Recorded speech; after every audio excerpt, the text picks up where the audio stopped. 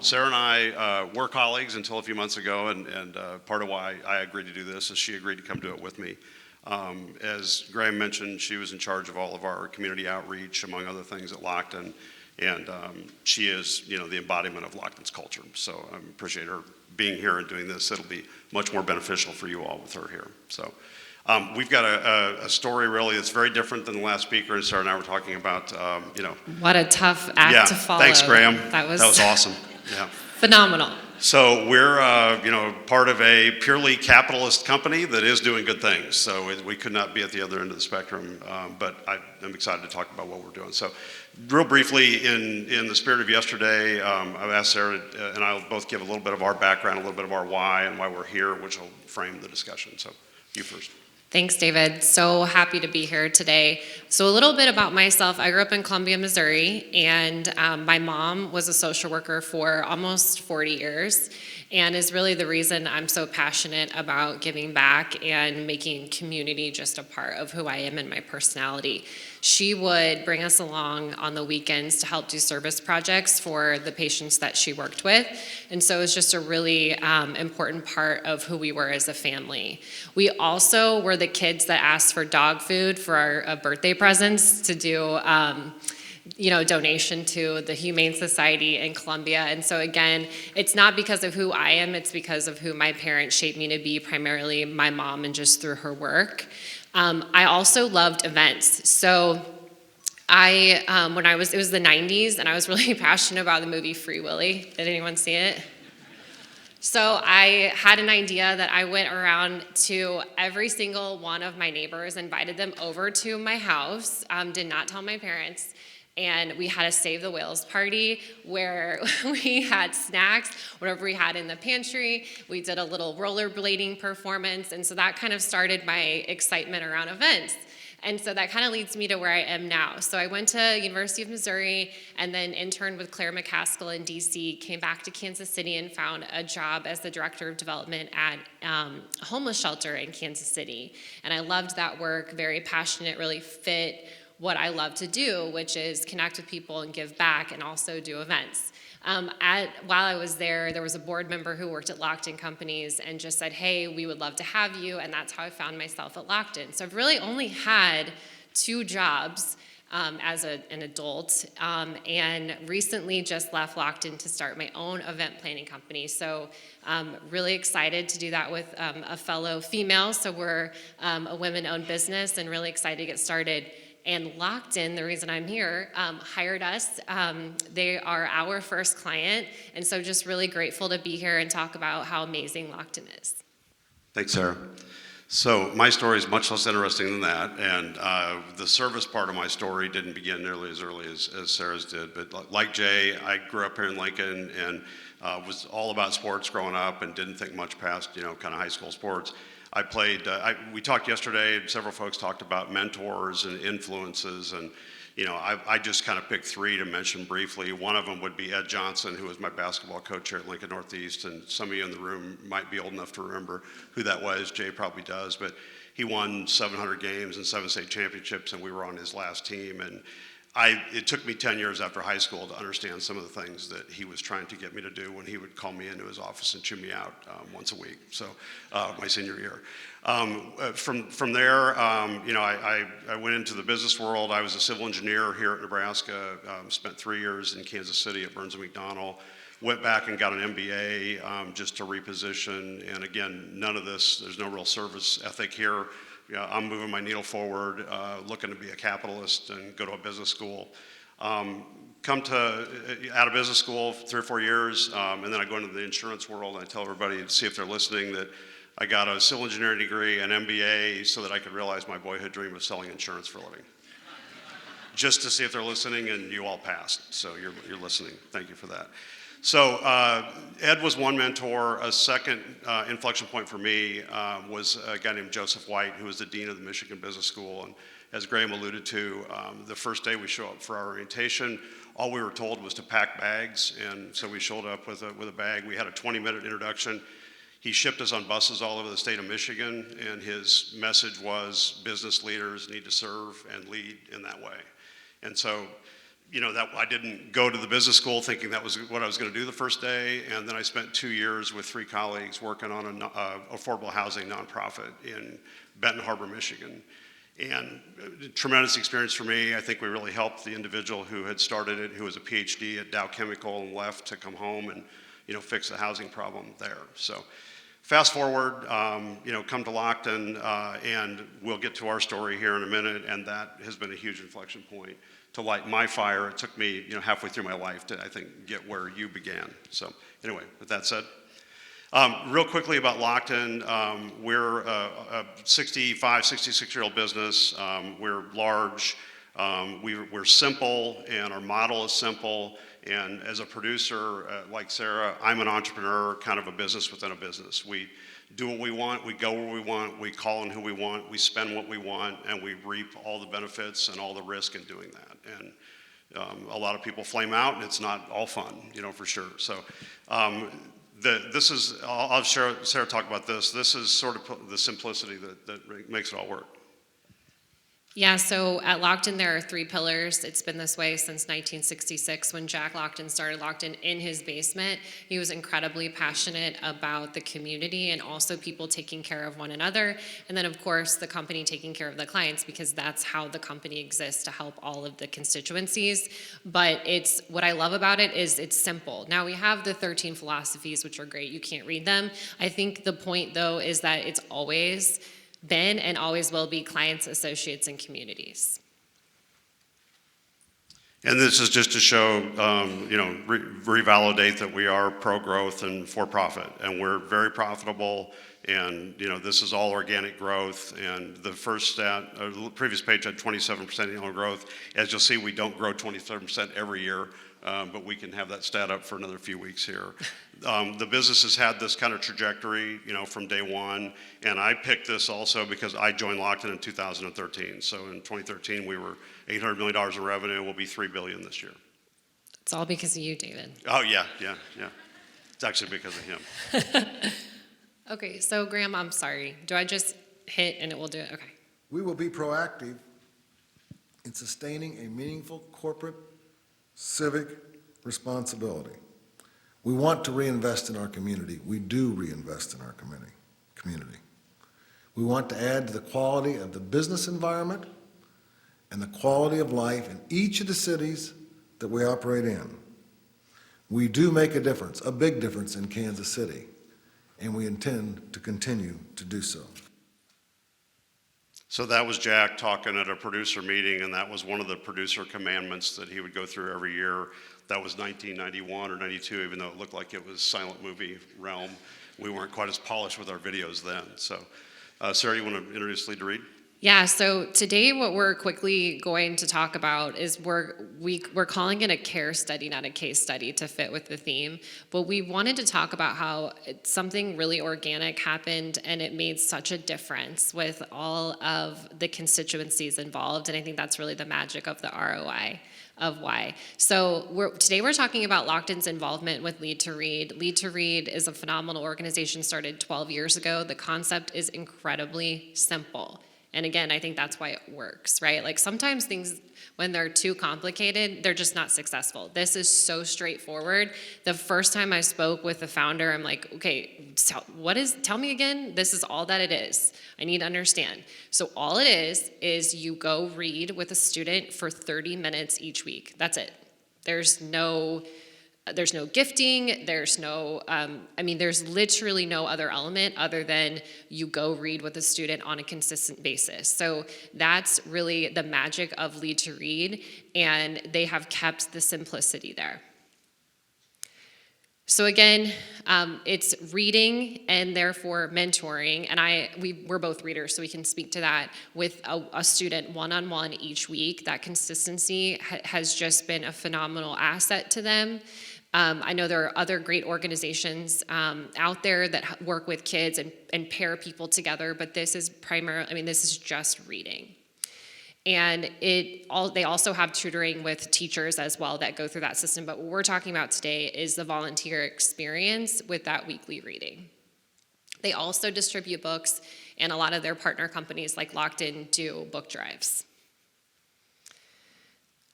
So one thing, when they initially approached Lockton, we'll kind of talk about how that happened, but one thing I think it's really important to know, and I mean, I think everyone in here knows the importance of literacy, but the stat that's really crazy is that third graders who can't read are 4 times more likely to drop out of high school. And that is something that they focus on when communicating to companies about why they should sign on. And I'll let you kind of look at these stats. They're really good. Well, and the reasoning behind the stats were from a sort of the business side of it. We decided at this time frame we hired a third-party consultant because some of our foundations were wanting some statistics to drive that. So we captured it in the study. Okay, so that was a little bit about Lead to Read. We were both volunteers, are volunteers, and it's truly the most impactful program I've ever done. And as you know, as a Save the Whales advocate from the 90s, I've done a lot. But all jokes aside, truly, it has been the most impactful thing that I've ever done. The relationship that you create with these children is second to none, and you really see their progress. Well, and I would add to that, we'll get to in a minute how Yeah. I got connected to it, but you know, my wife and I, when we discovered it, she's done it and has been a reader. She's reading in 3 schools now. We've raised our kids, we're empty nesters, and it's been a long time since we've been able to sit on the floor and read a book to a first grader. You know, so there's that visceral, connection that you make to the mission.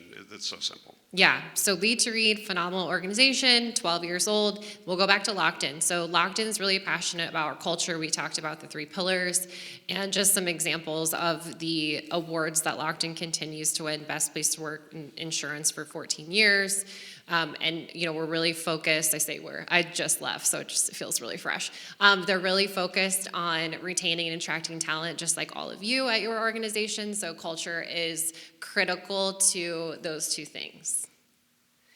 And then Lockton Cares. So we've got a lot of text up here. Basically, I think what's important to note, and we were having this conversation at breakfast, but what's great about Lockton is we have the sponsorships, we do all of the volunteering. We just increased volunteer days that people can do throughout the year to 2.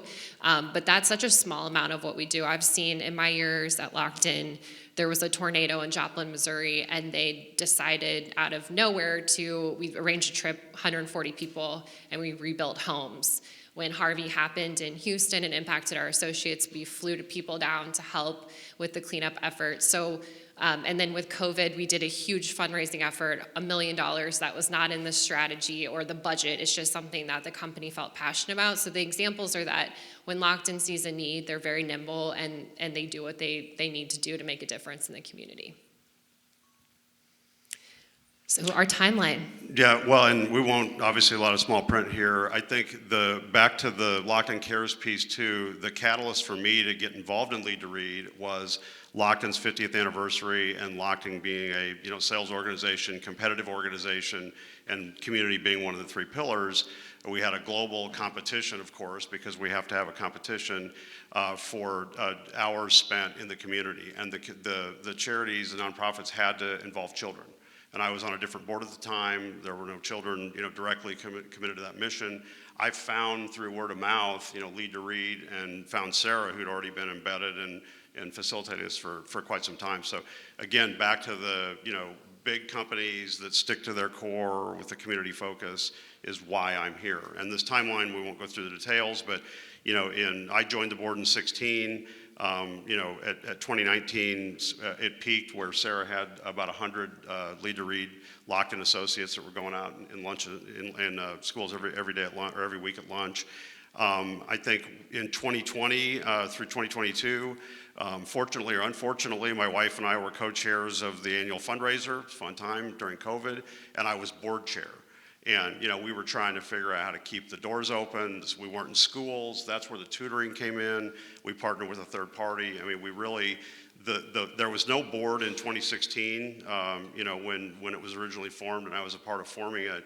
And we've, slowly but surely stood up a governance function and a real business philosophy around the organization that I think now has us, in a really nice sustainable moment and ready for the next phase.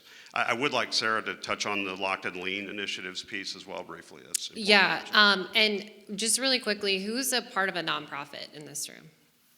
Okay.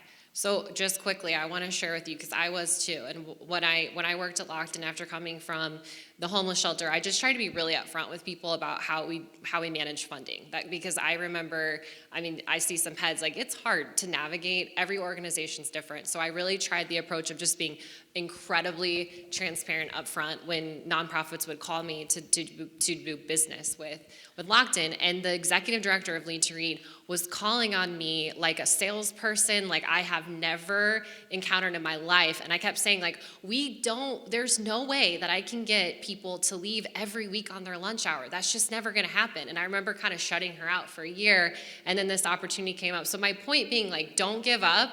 And the simple message wins out, but it was just phenomenal that she kept at me, because it ended up we're now a huge partner of theirs and have 100 readers. And then fast forward to this year, our lean groups, so that's what we call our Lockton Empowered Associate Networks, our ERGs, is that 10 seconds or 10 minutes?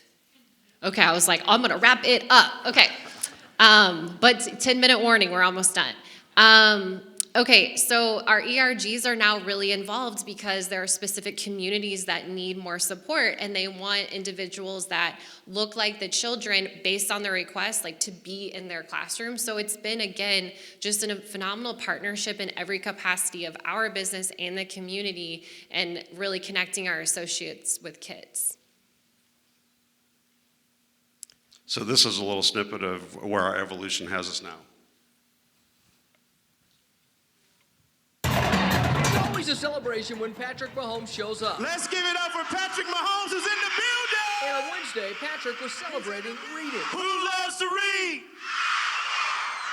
More than 2,300 kids from 16 area schools to see Patrick talk about why it's so important to read. Obviously, I want to get everyone that I can into reading. Because the MVP said, Reading's such a skill that we don't want to lose as we get older. For him to come, it really champions reading. Lead to Read KC partnering with 15 of the Mahomies, passing out free books to kids and encouraging them to read at least 15 minutes every day outside of school. In order to succeed in anything in life, you have to read. Patrick and the group reading a book together. And puts ketchup on his cotton candy.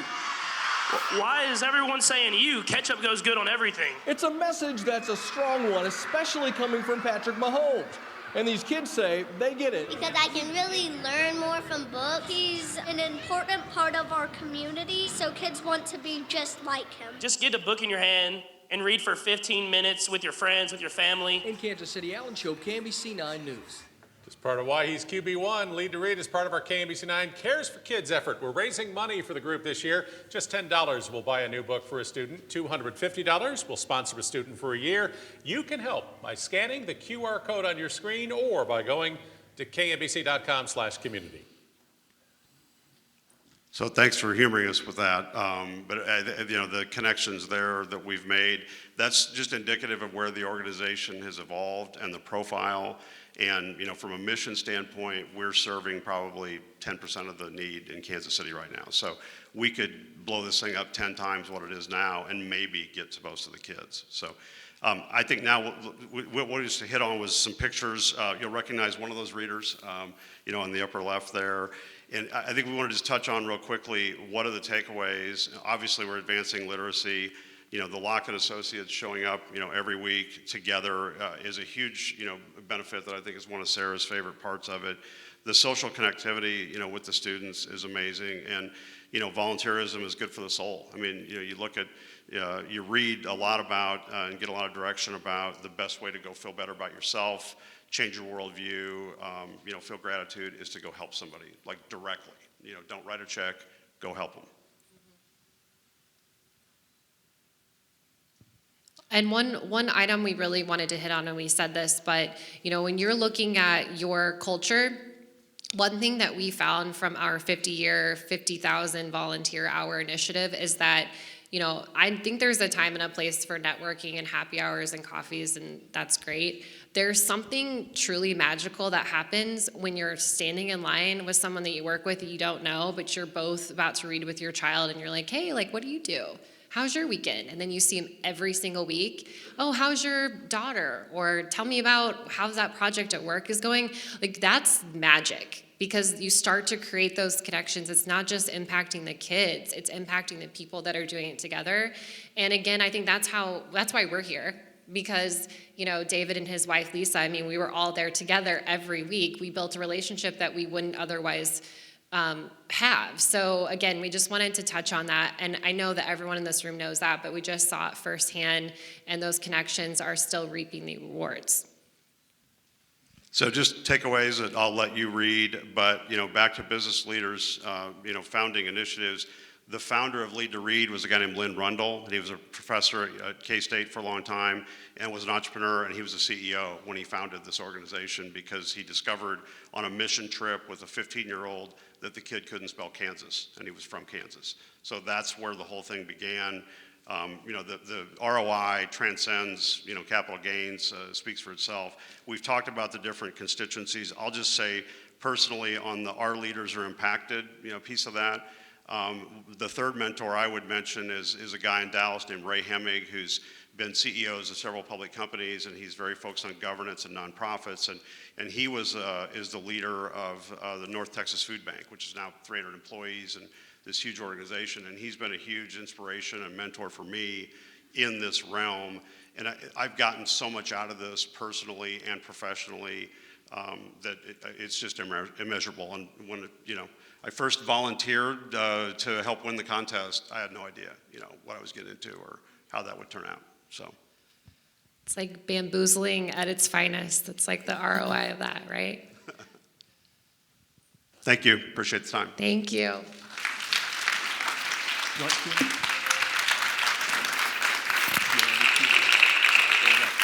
have a couple of minutes? Yeah. So we've got just a couple minutes, and we figured we could transition into a little bit of a Q&A before our next panel, if that's all right. So if anyone does have a quick question, you can make your way to the microphone here in the middle aisle.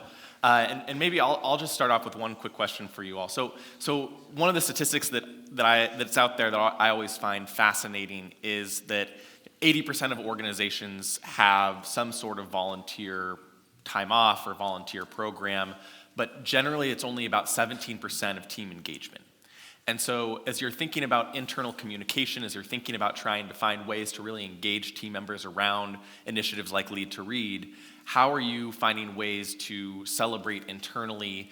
There's the external component, certainly it helps to have a superstar like Patrick Mahomes, but how do you find ways to engage internally and really make this felt with your team members holistically? I'll let our superstar, Sarah, answer that because she did this. I was going to say, when I said bamboozled, I was meaning as a joke that we got these leaders like David who travel every single week to do this because they felt passionate about giving back to the community. And now look at you, a board member, and your whole family is invested in it. But I do think it starts with leadership. We all know that, right? Like, it's different when a leader is in line versus just all of the younger population, which was kind of what I was seeing when I first started. I think this just renewed the energy, and then when people see leaders do it, I think we can all agree, you kind of have the green light to take your time and do it. Well, and then I would add to that, there are lots of leaders in an organization, and what Sarah did led that. I think for any company that's trying to do this purposefully, you have to have somebody that's talented, passionate at the core of organizing that. And that does a lot to foster the internal interactions and the effectiveness of it all. Great. Thank you.